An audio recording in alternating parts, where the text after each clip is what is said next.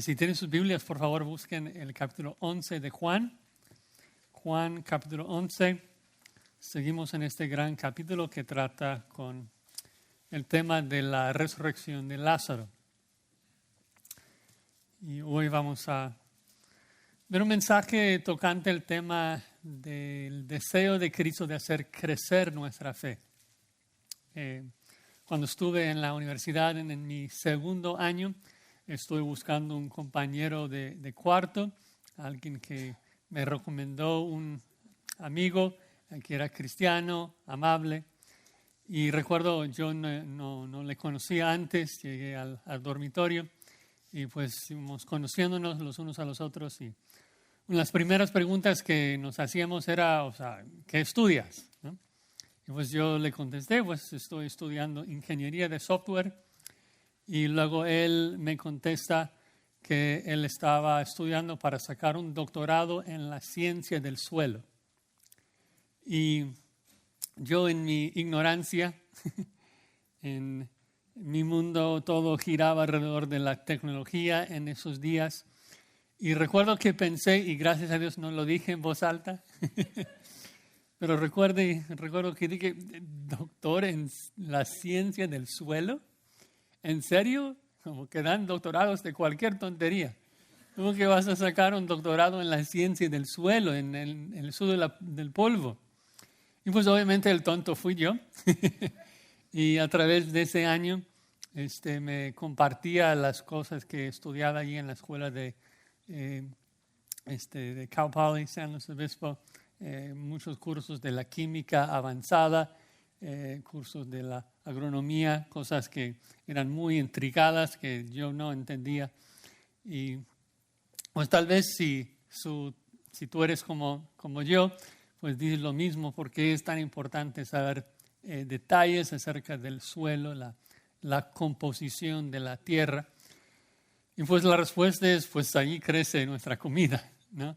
En la tierra, allí sobrevivimos sobre esto. Y tú puedes obviamente sembrar una semilla en cualquier suelo, pero para hacerla crecer bien, tienes que controlar perfectamente todas las condiciones de ese suelo. Tienes que ajustar todos los minerales para alimentar a las plantas, tienes que controlar todas las toxinas para eliminar la putrefacción. Tienes que agregarle fertilizante, pesticidas y pues cada planta, cada cultivo es diferente, requiere una mezcla diferente de vitaminas. Cada campo es diferente dependiendo del clima, de la zona, de la lluvia de ese año en particular. La verdad es que es un estudio muy, muy complicado y en particular si vas a ayudar a diferentes agricultores en diferentes lugares, realmente necesitas un doctorado en la ciencia del suelo. Ahora, Cristo en muchos pasajes compara nuestra fe y el crecimiento de nuestra fe con esa ilustración del crecimiento de una planta. Yo creo que lamentablemente muchas veces pensamos que la ilustración solamente se trata de nuestra regeneración, ese momento cuando Cristo planta su palabra en nosotros y la hace brotar. Pero la Biblia también habla mucho del crecimiento de una planta como ilustración de nuestra santificación, de nuestro crecimiento espiritual como cristianos y como Cristo, como un agricultor omnisciente, gobierna y controla todas las cosas en nuestras vidas para crear el suelo perfecto, para hacer crecer nuestra fe. Cada lluvia de bendición, cada sequía, cada fuego que quema la hierba mala, todo lo que Cristo hace, lo hace motivado por hacer crecer nuestra fe. Así que en el pasaje que nos toca ver en esta mañana, que se encuentra en Juan 11, 7 al 24, Juan 11, 7 al 24. Vamos a ver dos razones por las que debemos confiar más en el que hace crecer nuestra fe. Dos razones de confiar más en el que hace crecer nuestra fe. Primero veremos el motivo de Cristo, el motivo que es hacer crecer nuestra fe, y luego el obstáculo. Y el obstáculo es la debilidad de nuestra fe. El motivo y el obstáculo. Antes de leer, recuerdan de que Cristo había recibido noticias de que Lázaro estaba enfermo, así que se quedó 2 días, dice, y luego, después de esperar esos 2 días, dice en Juan 11:7 lo siguiente. Luego, después de esto, dijo a los discípulos, vamos a Judea otra vez. Le dijeron los discípulos, Rabí, ahora procuraban los judíos apedrearte y otra vez vas allá. Respondió Jesús, ¿no tiene el día 12 horas? El que anda de día no tropieza, porque ve la luz de este mundo. Pero el que anda de noche tropieza porque no hay luz en él. Dicho esto, les dijo después, nuestro amigo Lázaro duerme, mas voy para despertarle. Dijeron entonces sus discípulos, Señor, si duerme, sanará. Pero Jesús decía esto de la muerte de Lázaro, y ellos pensaron que hablaba del reposar del sueño. Entonces Jesús les dijo claramente, Lázaro ha muerto, y me alegro por vosotros de no haber estado allí, para que creáis, mas vamos a él. Dijo entonces Tomás, llamado Dídimo, a sus condiscípulos, vamos también nosotros para que muramos con él. Vino pues Jesús y halló que hacía ya 4 días que Lázaro estaba en el sepulcro.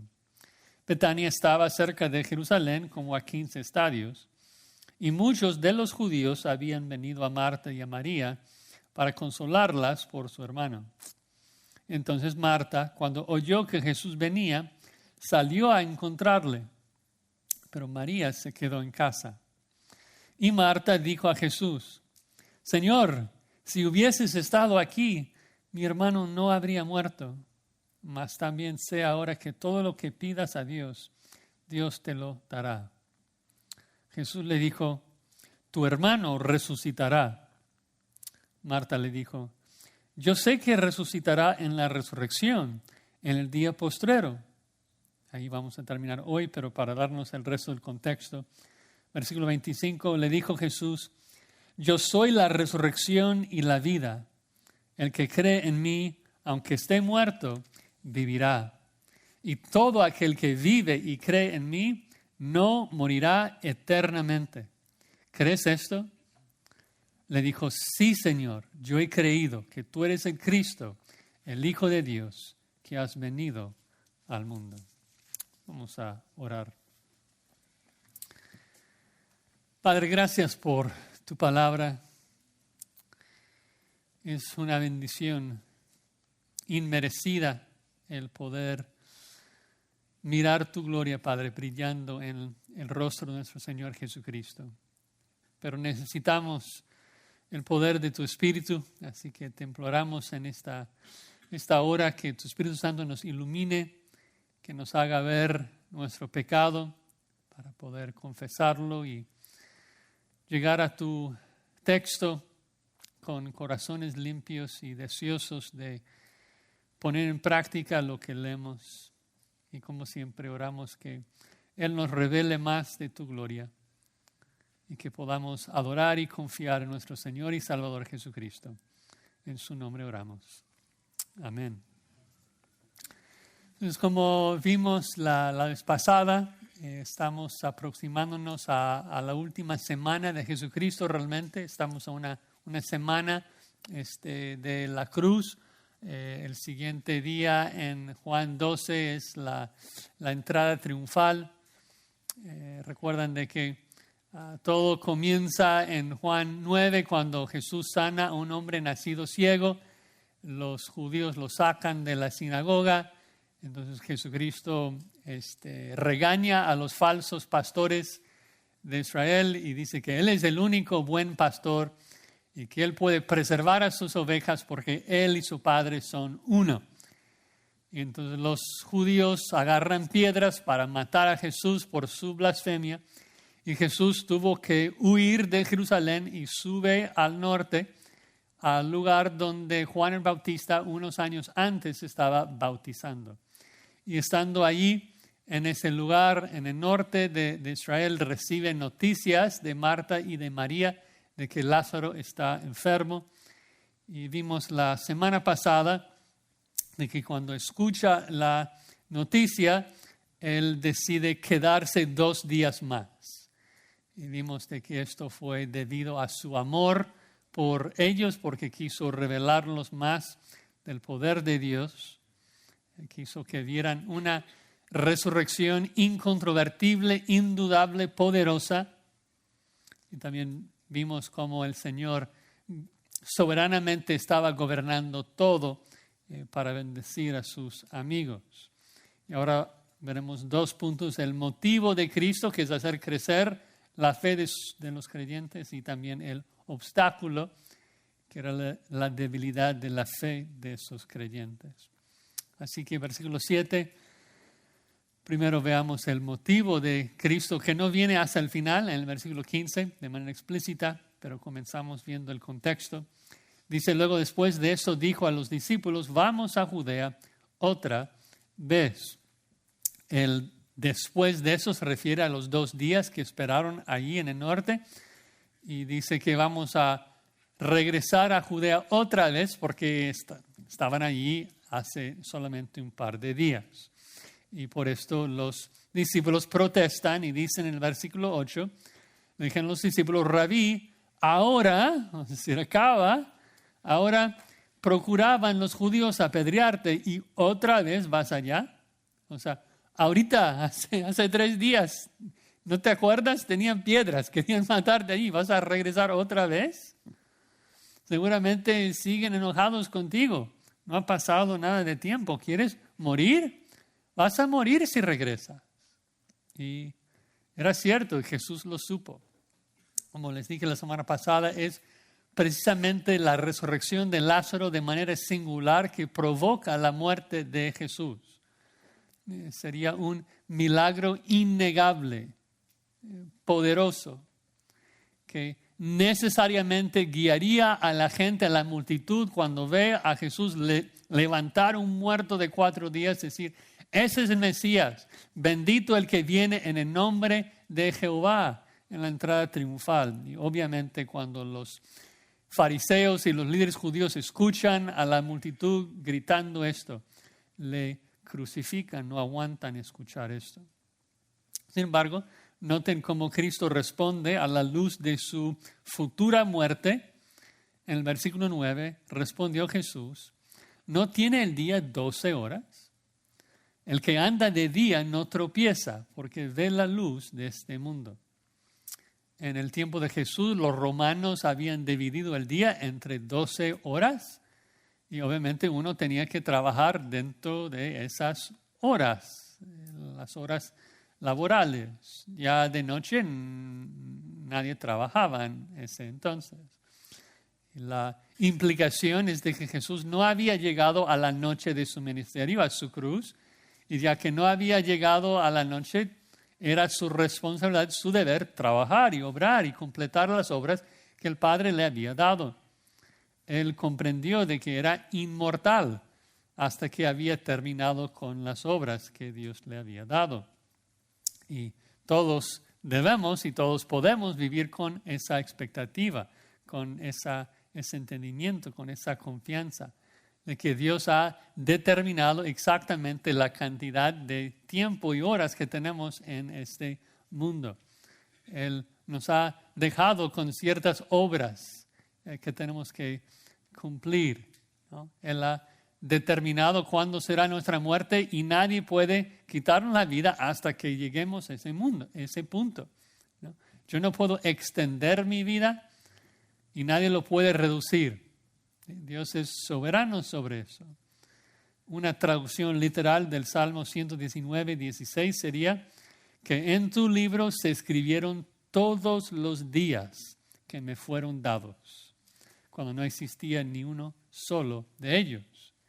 Jesús dice en Mateo 6, ¿quién de vosotros por afanarse podrá añadir una sola hora a tu vida?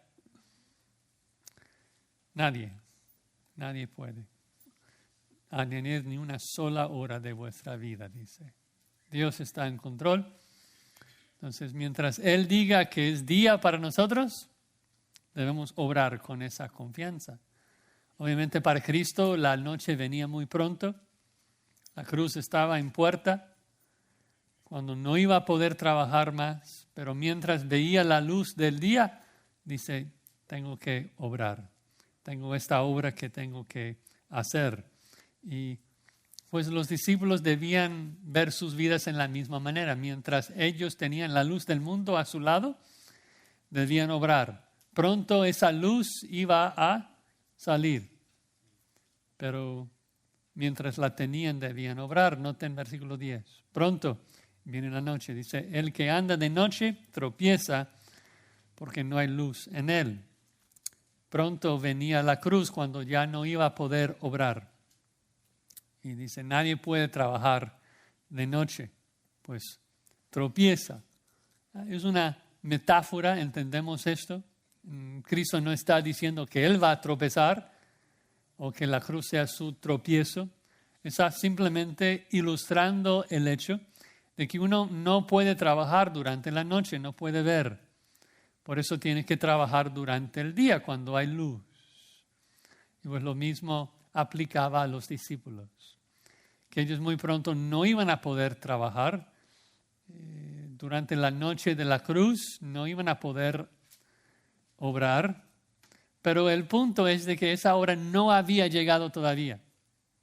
Cristo no estaba enfrentando la cruz todavía, y por eso debían obrar con Jesús en vez de cuestionarle. Y ellos debían comprender esto, porque si vuelven 2 capítulos a Juan 9, en Juan 9, cuando Cristo sana el hombre nacido ciego, que arranca esta narrativa, dice lo mismo. Noten Juan 9:4. Dice, me es necesario hacer las obras del que me envió, entre tanto que el día dura. La noche viene cuando nadie puede trabajar.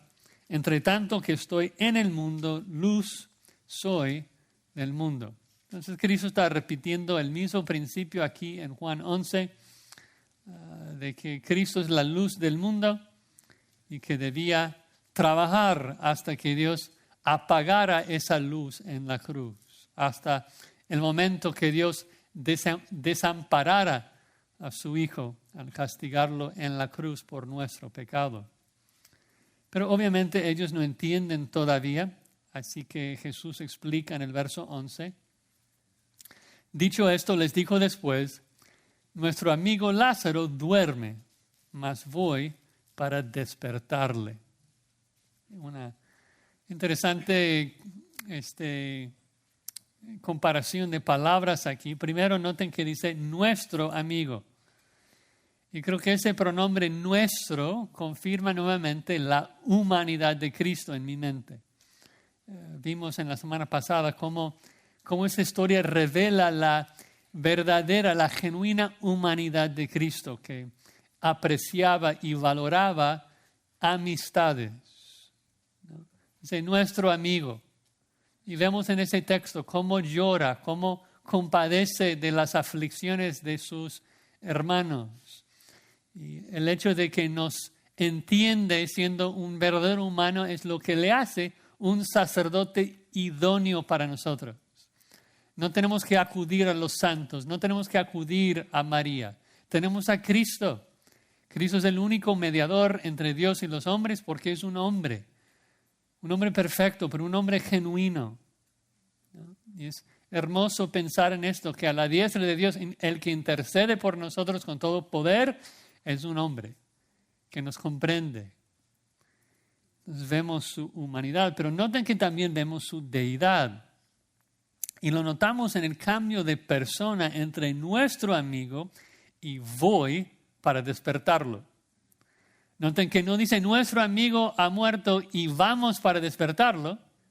Dice nuestro amigo duerme y yo voy para despertarlo, porque yo soy el único capaz de darle vida. Yo soy la resurrección y la vida. Cristo obviamente no habla de un dormir y un despertar normal. Y ese cambio de nuestro amigo a voy para despertarlo es lo que debía alertar a los discípulos de que no hablaba de un reposo normal. Pues si fuese el caso, hubiera dicho, vamos para despertarlo.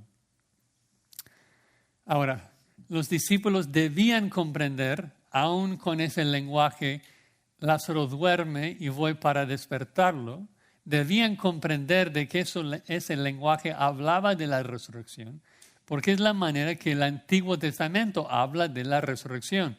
Si buscan Daniel 12, Daniel es el libro después de los profetas mayores, Isaías, Jeremías, Ezequiel, Daniel.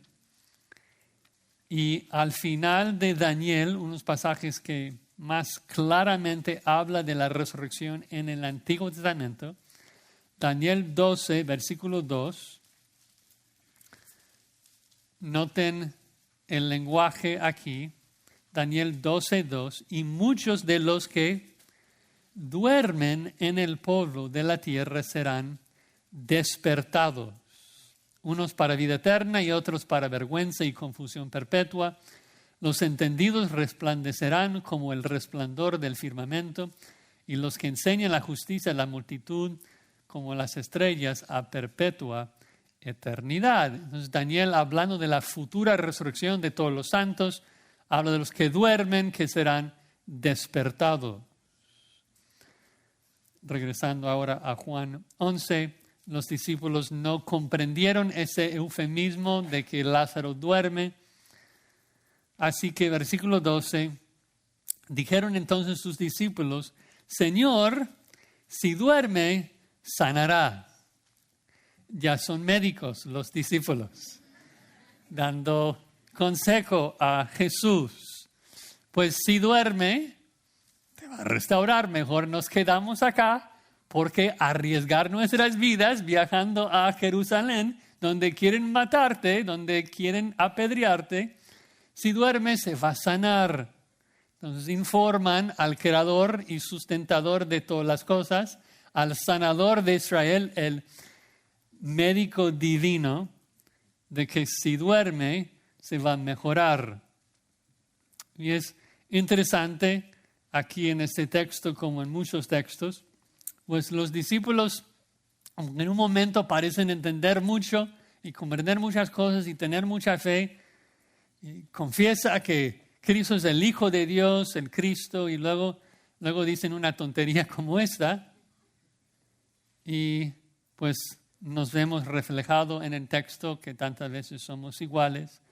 Tenemos nuestros momentos de valentía, de sabiduría, y luego vienen nuestras derrotas, ¿sí? Que nuestra fe, a veces nuestra comprensión, sube y baja exactamente como vemos aquí en los discípulos. Y necesitamos que Cristo haga crecer nuestra fe, que aumente nuestra fe. Ahora, interesante, en el texto original, en vez de decir que sanará, los discípulos usan el verbo salvará, de que será salvo Lázaro. Y Juan tiene esa tendencia de citar a los discípulos y a la gente cuando hablan mejor de lo que saben.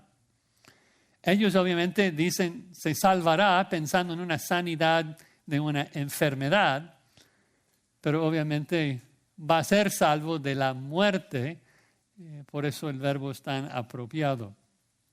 Entonces, ellos no entienden de que Cristo habla de la muerte y no una enfermedad, un dormir normal.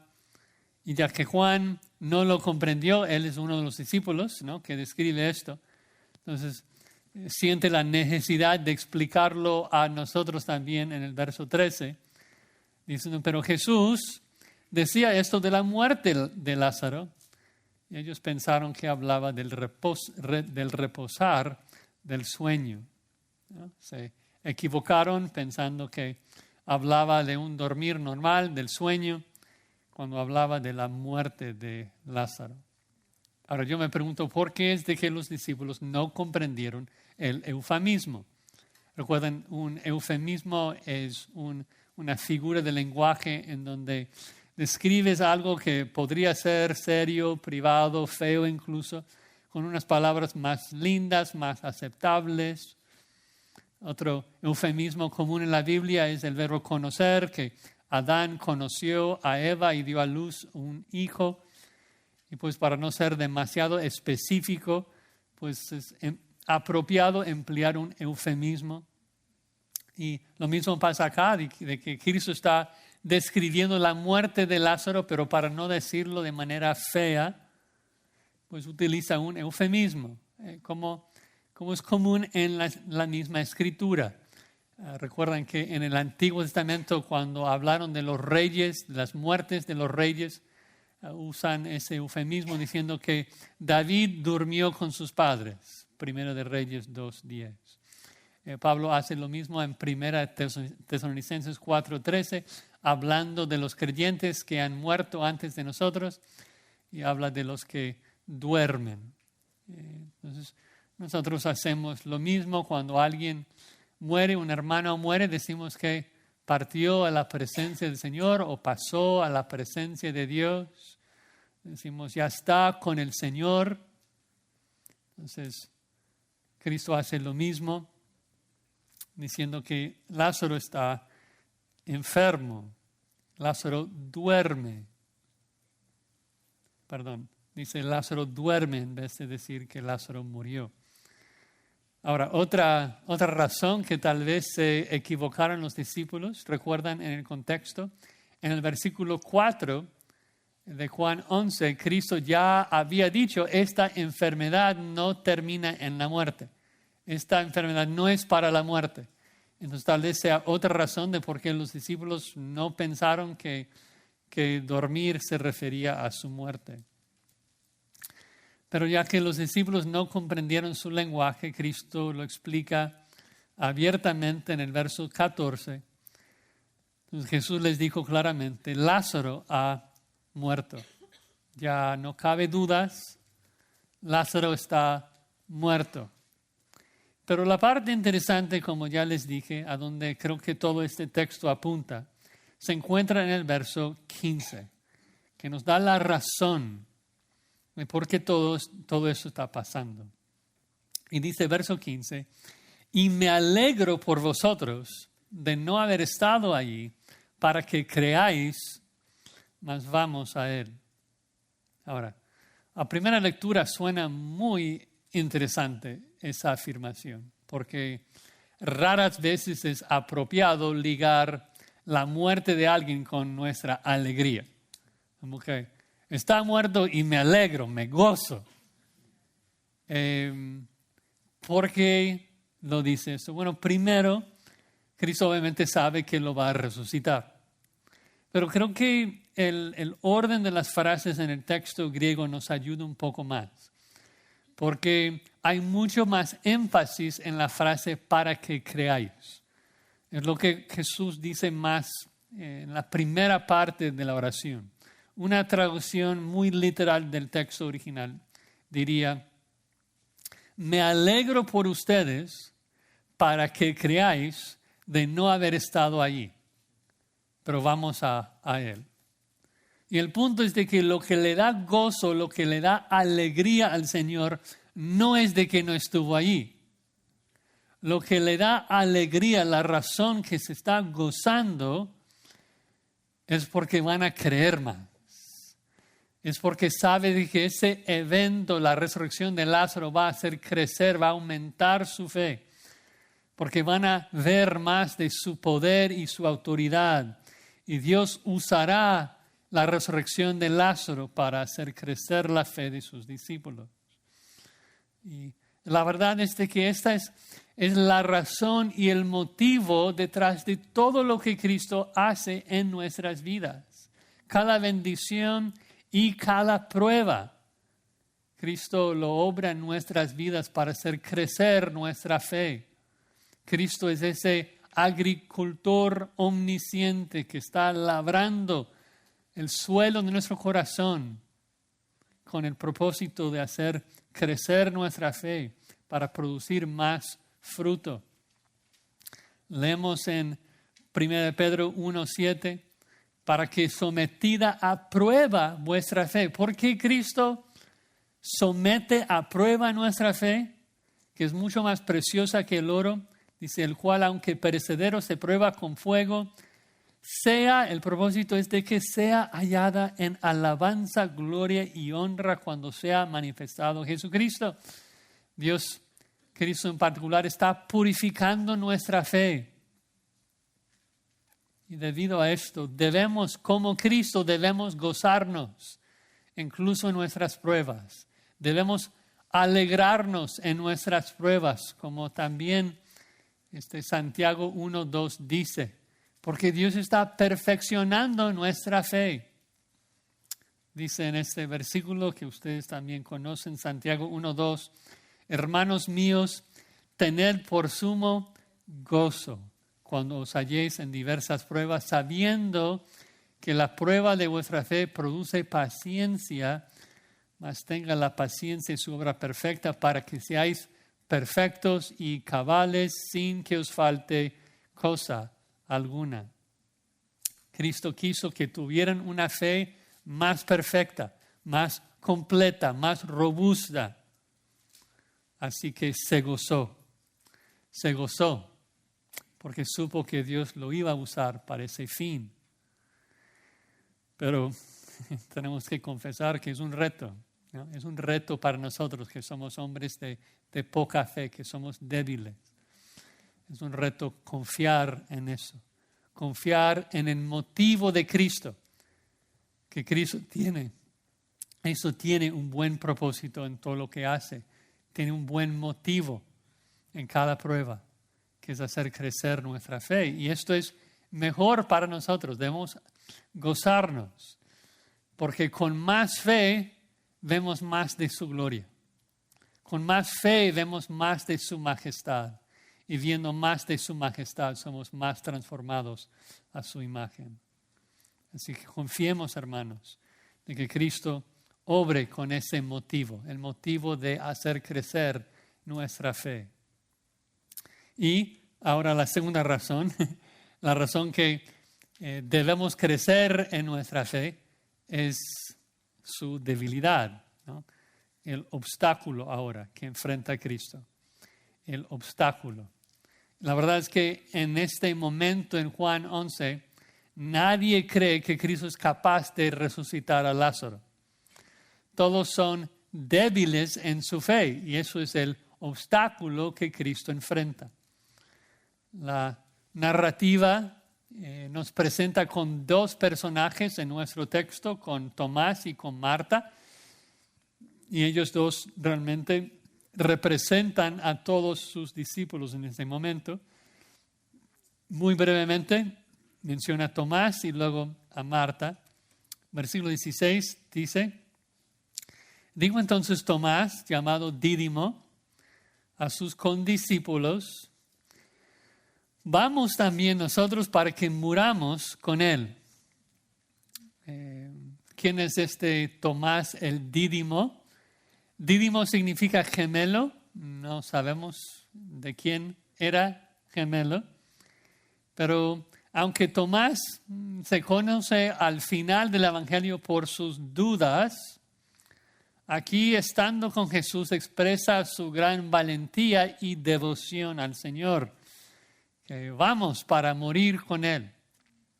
Pero es el punto, el hecho de saber cómo termina el Evangelio, el hecho de saber cómo termina esta historia, pues nos damos cuenta de que las palabras de Tomás, vámonos para morir con él, pues son eso, puras palabras, solamente palabras.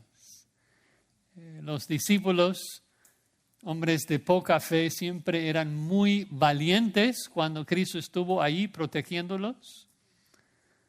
Es fácil ser valiente en esas circunstancias. Todos tenemos momentos como cristianos donde somos muy valientes. Pero luego cuando Cristo está lejos, dudamos.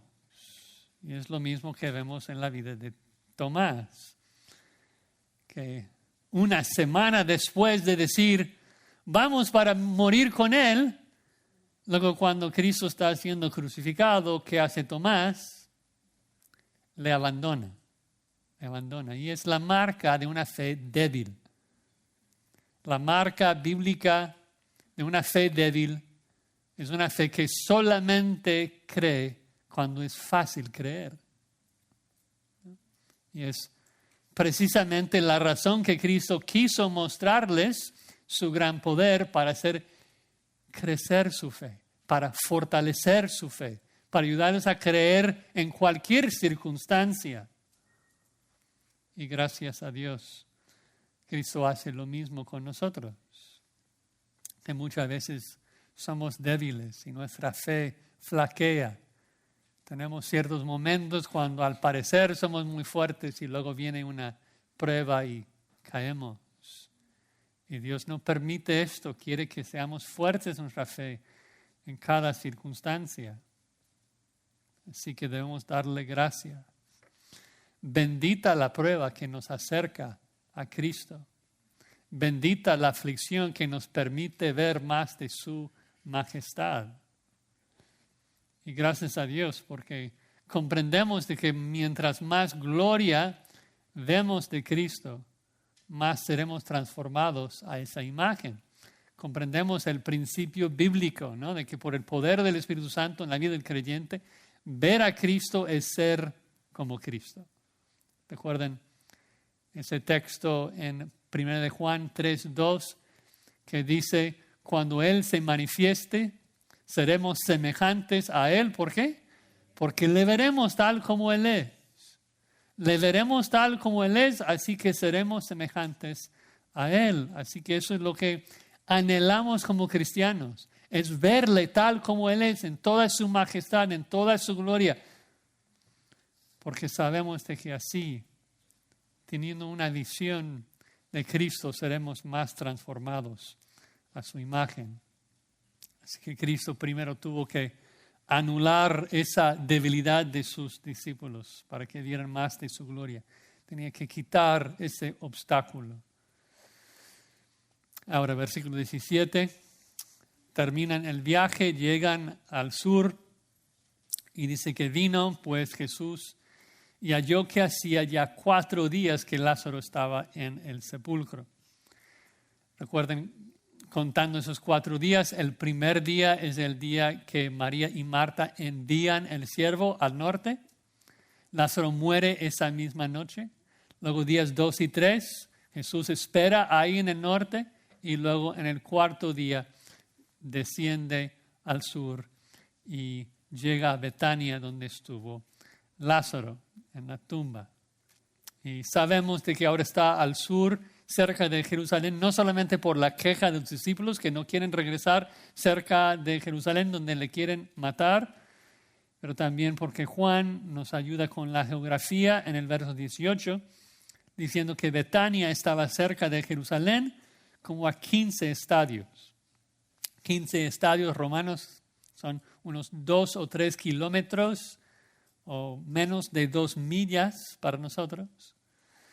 Y comenta también en el verso 19 que muchos de los judíos habían venido a Marta y María para consolarlas por su hermano. Ahora noten que no dice que muchos judíos vinieron, sino que muchos de los judíos, que da la impresión tal vez para muchos comentaristas de que está hablando de muchos de los líderes judíos habían venido y que Lázaro, María y Marta entonces pertenecían a una familia de cierto renombre, de los ricos tal vez. En el siguiente capítulo, María unge a Jesús con un perfume costoso. Entonces tal vez habla un poco de esto. Pero dice versículo 20 que entonces Marta, cuando oyó que Jesús venía, salió a encontrarle, pero María se quedó en casa. Ahora, como siempre les recuerdo, tenemos que tener cuidado de no especular sobre los motivos de por qué Marta fue y María no. El texto no nos dice por qué María se quedó en casa. Tal vez tenía una buena razón. Pero si pensamos un poco en lo que sabemos de estas dos hermanas, tal vez podemos pensar en algunas cosas. Primero recuerden que Marta es hiperactiva según Jesucristo, porque en Lucas 10 le dice, afanada y turbada estás con muchas cosas. Entonces, en el momento que escucha que Jesús está cerca, va corriendo hasta verlo. Y estoy especulando tal vez un poco, pero a mí, tratando de pensar lo mejor de mi hermana Marta, recuerden que Lucas 10 ocurre antes de Juan 11. Entonces, en Lucas 10 Jesús le regaña a Marta por no abandonar la casa, no abandonar la cocina y estar aprendiendo a los pies de Jesucristo. Y ahora, en el momento que escucha que Jesús está cerca, ¿qué hace? Abandona la cocina y va para hablar con Jesús y estar a sus pies. Repito, María, no sabemos por qué se quedó en casa, no queremos juzgar, pero lo que sí sabemos en el contexto del pasaje es que Juan quiere hacernos ver de que nadie realmente cree en Jesús. Nadie en este capítulo cree que Jesús puede resucitar a Lázaro. Todos tienen una fe débil. Pero eso nos lleva a los versículos 21 y 22, que creo que son los versículos más mal interpretados del pasaje. Así que ojo aquí en el 21. Dice que Marta dijo a Jesús, Señor, si hubieses estado aquí, mi hermano no habría muerto. Ahora, lo leí así porque muchos lo leen así, como casi un regaño, como insinuando de que, oye Jesús, ¿por qué le dejaste morir? Si hubieras estado, no habría muerto. Pero yo no lo veo así. Yo lo leo con lágrimas y con fe. Por el contexto que continúa, creo que es una expresión de fe en el poder de Cristo como un sanador. Marta está confesando que Cristo tenía poder para sanar. Creía en Él como su Mesías, como dice en el verso 27. Está diciendo, si hubieras estado, Señor, no entiendo por qué no, pero si hubieras estado, fácilmente lo habrías sanado. Lo veo como una expresión de fe. Y como dije, si vemos la continuación de la narrativa, vemos que tiene fe, que confiesa a Jesús como su Mesías. Sin embargo, aunque cree que Jesús pudo haberlo sanado, no cree que es capaz de resucitarlo. Y por eso debemos tener cuidado con el verso 22, que algunos toman esas palabras como una declaración de su fe en el poder de Cristo para resucitar a Lázaro. Y voy a mostrarles que no es lo que significa. Versículo 22, Marta dice, mas también sé ahora que todo lo que pidas a Dios, Dios te lo dará. Y sí, a primera lectura, nosotros que sabemos que Jesús va a resucitar a Lázaro, pensamos de que ella está pensando en esto. Pero no, sabemos que no significa esto, porque en los dos versículos que siguen, cuando Cristo dice que va a resucitar a Lázaro, ella dice que no. Y de hecho, más tarde en la historia, en el versículo 39, cuando Cristo manda que la puerta sea quitada de la tumba de Lázaro, ¿quién es el que protesta y dice, Señor, ya huele, hiede ya? Es precisamente Marta. Entonces, no podemos exaltar la fe de Marta al extremo de pensar de que creía en Cristo como el Dios de la creación, capaz de resucitar a Lázaro. Sí tiene fe, pero es una fe débil, una fe que debe crecer. Entonces, por un lado, no debemos condenar a Marta como una incrédula que está regañando a Cristo, no lo es, pero tampoco debemos exaltar a Marta como un héroe de la fe acá, porque todavía no entiende el poder del gran yo soy. Entonces, cuando dice, sé que todo lo que pidas a Dios, Dios te lo da, está simplemente confesando de que a pesar de la muerte de Lázaro, ella sigue creyendo en Jesús y que tiene sus buenos motivos y propósitos de por qué lo había dejado morir. Y como dije, vemos esto claramente en los dos versículos que siguen. Versículo 23. Jesús le dijo, tu hermano resucitará. Es una profecía, es una garantía. Tu hermano va a resucitar. No puede ser más claro, pero aún así, Marta no puede pensar en la posibilidad de que Cristo tenga el poder de resucitarlo en ese momento. Entonces contesta versículo 24. Marta le dijo, yo sé que resucitará en la resurrección en el día postrero. Marta, como cualquier creyente del Antiguo Testamento, creía de que iba a haber una resurrección al final de los santos. Al final de los tiempos, la resurrección de los santos. Ya leímos Daniel 12 que habla de esto. Hay varios otros pasajes del Antiguo Testamento. Por ejemplo, Jesús cita a Moisés diciendo que Dios es el Dios de Abraham, Isaac y Jacob, no que Dios era su Dios. También tenemos a Job 19. Si quieren buscarlo rápidamente, Job, el libro que se encuentra antes de los Salmos. En Job 19, justo como a casi la mitad del libro de Job. Job 19, Job, probablemente uno de los primeros libros escritos de la Biblia, posiblemente por Moisés. Y Job, después de tanto sufrimiento, en Job 19:25, Job 19:25 dice lo siguiente: yo sé que mi Redentor vive y al fin se levantará sobre el polvo.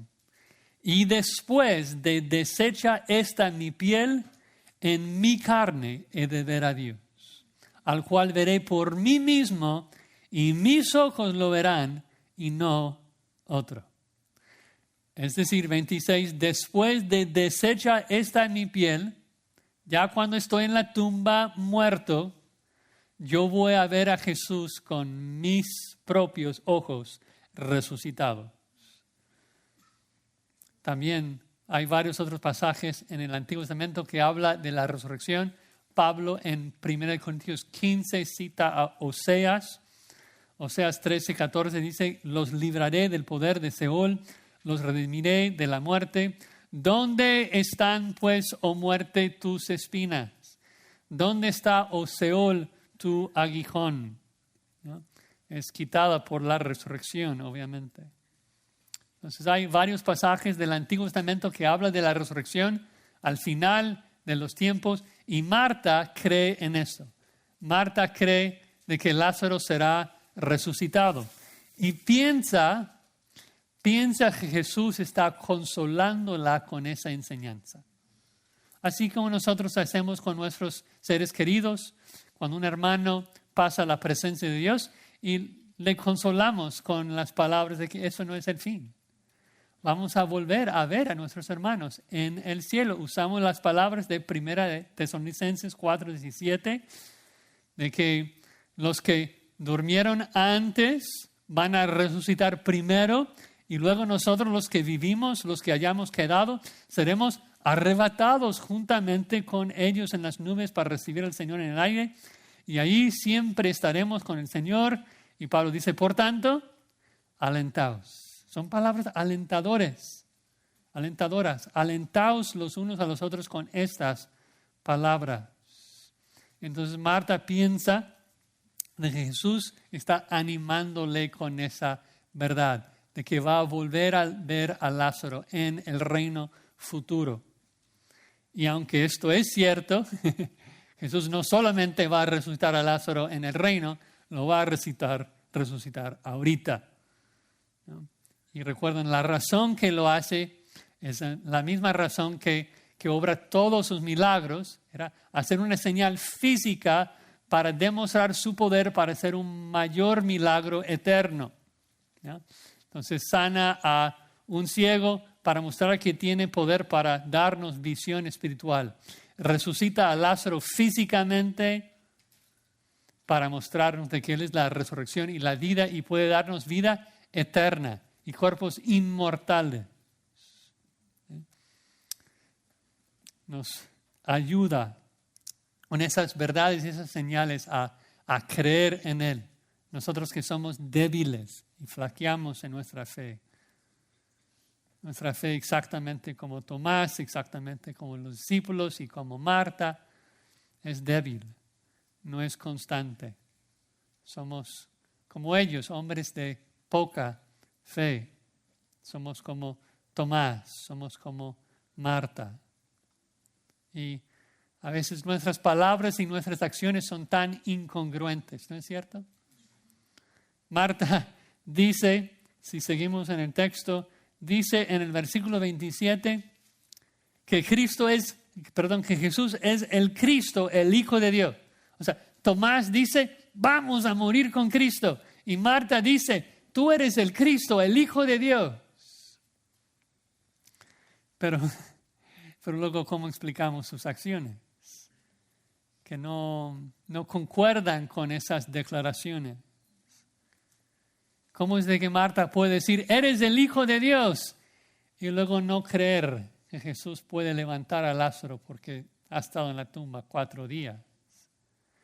Si es en verdad el Hijo de Dios y pudo crear a billones de galaxias, de billones de estrellas, si el Hijo de Dios que sostiene todas las cosas, todas las moléculas con la palabra de su poder, ¿vas a cuestionar que puede resucitar a Lázaro porque está en la tumba 4 días? ¿Y ves qué tan incongruente es decir, yo creo en la resurrección al final de los tiempos?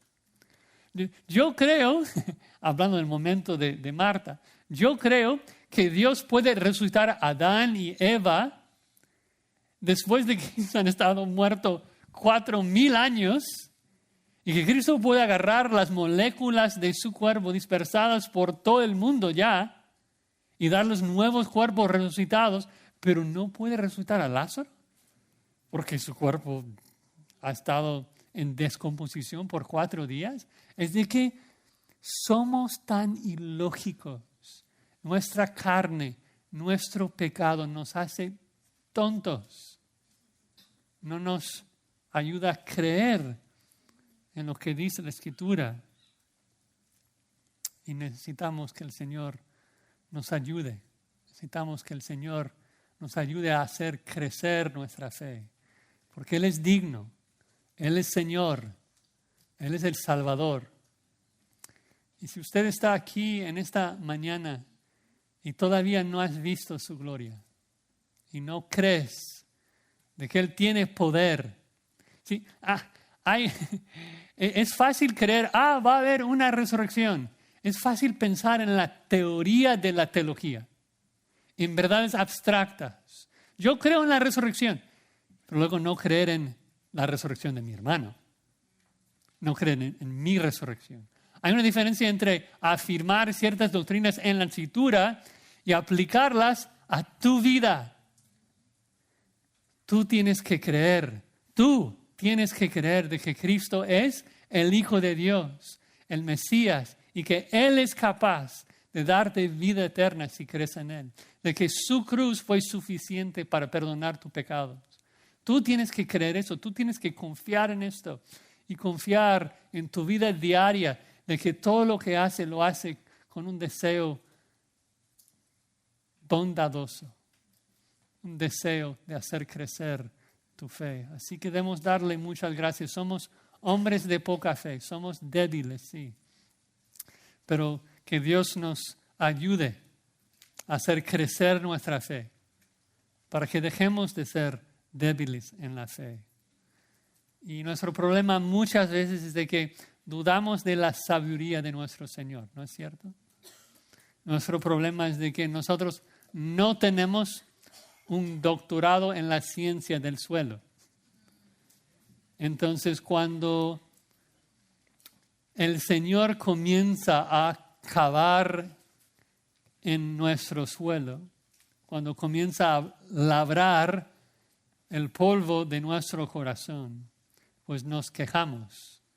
No vemos que sea necesario sufrir esas cosas, porque no confiamos. No confiamos de que Cristo es un agricultor omnisciente. Él sabe exactamente qué necesitas en tu corazón para hacer crecer tu fe, florecer y llevar mucho fruto. Así que tenemos que confiar en Él. Debemos, primer punto, confiar que todo lo que Cristo hace, lo hace para hacer crecer nuestra fe. Y que trae pruebas a nuestras vidas para revelarnos más de su gran poder, porque solamente en nuestra debilidad que su poder se perfecciona en nosotros.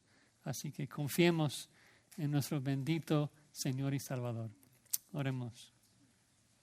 Padre, gracias por tu palabra, que nos revela tus intenciones tan amorosas, que aún en las pruebas que pasamos, tú tienes el motivo amoroso de hacer crecer nuestra fe. Perdónanos que tantas veces tenemos una fe débil y te rogamos que aumentes nuestra fe y nos hagas confiar más en tu poder para que podamos ver más de tu gloria y así reflejar esa gloria en este mundo para tu gloria. Amén.